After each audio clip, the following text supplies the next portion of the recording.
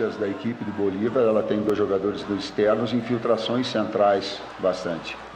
E ela utiliza essa coordenação de movimentos. A ideia inicial era, com uma linha de 5, tirar essa, tua pergunta ela é tática, tirar esses jogadores de lado de cruzamento e essas infiltrações centrais com o tripé do meio campo também conduzir. Mas nós não estávamos com posse de bola jogando. E aí, logo em seguida, e nós estávamos com esse problema, a gente trouxe o Léo Ortiz para um meio-campista, montando 2 linhas de 4. Aí ele começou a equipe a se remontar, reestruturar. Boa noite. Com respeito à pergunta minha, fico muito feliz por fazer o primeiro gol aqui com a camisa do Flamengo, mas temos que seguir à frente. Acho que o que fala, o primeiro tempo acho que comecei bem fisicamente e depois durante o jogo se começa a sentir muito a altitude, então acho que foi isso. Fica um pouco pesado, fica sem força, acabando o jogo, mas tem que agora trabalhar para o jogo que vem. Boa noite, Tite. Boa noite, Vinha. Léo José, do Coluna do Fla. Pelo segundo jogo seguido, a gente vê um Flamengo que abusa de lançamentos diretos. Dessa vez, no jogo de hoje, foi o Davi Luiz. No jogo passado, contra o Palmeiras, você até citou na coletiva que é até uma das táticas do time. Eu queria entender como que você faz essa avaliação para poder definir que o time adversário é um time que o Flamengo vai poder usar a ligação direta contra o time adversário. Como que é essa avaliação? E por que insistir novamente do Vitor Hugo jogando na ponta direita, sendo que ele apresenta o futebol melhor jogando mais pelo meio? Começo pela essa última parte. O Vitor tem utilizado ele nas funções pelo lado, antes já pelo lado, no tripé do meio campo. Tem sido utilizado frequentemente conosco pelo lado. Então, essa é uma imprecisão, ele tem sido utilizado dessa forma. Então, ela é coerentemente colocada dessa forma. Em determinados momentos, tu consegue fazer uma saída, e o que mais tinha saída de bola conosco era o Davi Luiz, porque o atacante não saía, e era conduzindo. E se olhares no primeiro tempo, a saída de bola nossa, quem tinha era o Davi Luiz, não lançando, conduzindo.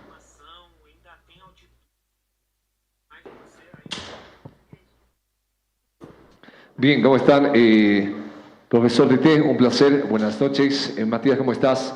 La consulta para ambos, ¿no? Y si la pueden responder, ¿qué les parece enfrentar a este Bolívar que en 2014 también estaba en el grupo del Flamengo y que pasó como primero?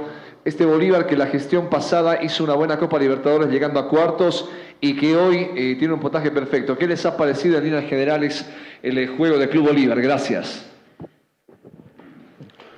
O Bolívar está muito bem estruturado, o Bolívar está muito bem treinado, não é? Méritos ao seu técnico, já vem repetidas vezes colocando, ele tem tido um desempenho assim nos outros jogos também, em casa ele faz valer também a qualidade e a altitude, imprimindo um ritmo forte. Então tem méritos também. Quando a gente olha o futebol, a gente olha sob 2 perspectivas. A gente olha a nossa perspectiva, mas a gente tem que ter o cuidado de não ser excessivamente egoísta, de olhar para o outro lado, que também tem um bom trabalho, e o Bolívar tem. Acho que estão fazendo uma grande começo de Libertadores, mas nós temos que focar em nós, trabalhar e fazer o nosso, então é isso.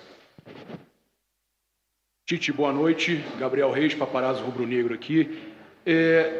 Surgiu essa questão toda da ciência, né? Muito está se falando agora, isso é uma novidade para o torcedor, uma novidade para a imprensa também, todas essas informações que chegam de fisiologia e tudo mais. Eu queria te perguntar, não é um tanto exagerado tantos jogadores, como foi dessa vez, não viajarem? E como lidar com isso, com toda essa pressão do Flamengo agora está a 5 pontos do líder no grupo da Libertadores, podendo ser ultrapassado pelo Milionários. Tudo bem, tem 2 jogos em casa, mas um fora, que não sabemos se é em Coquimbo, se é em Santiago. Queria que você avaliasse essa situação e explicasse o porquê de tantos jogadores fora da partida. Primeiro, a ciência ela já está há bastante tempo ali, não é nenhuma novidade. Talvez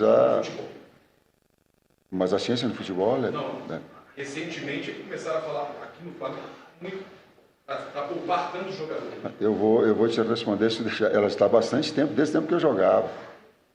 A quantificação de carga, ela tem e ela traz no professor de educação física que sabe com a quantificação de carga.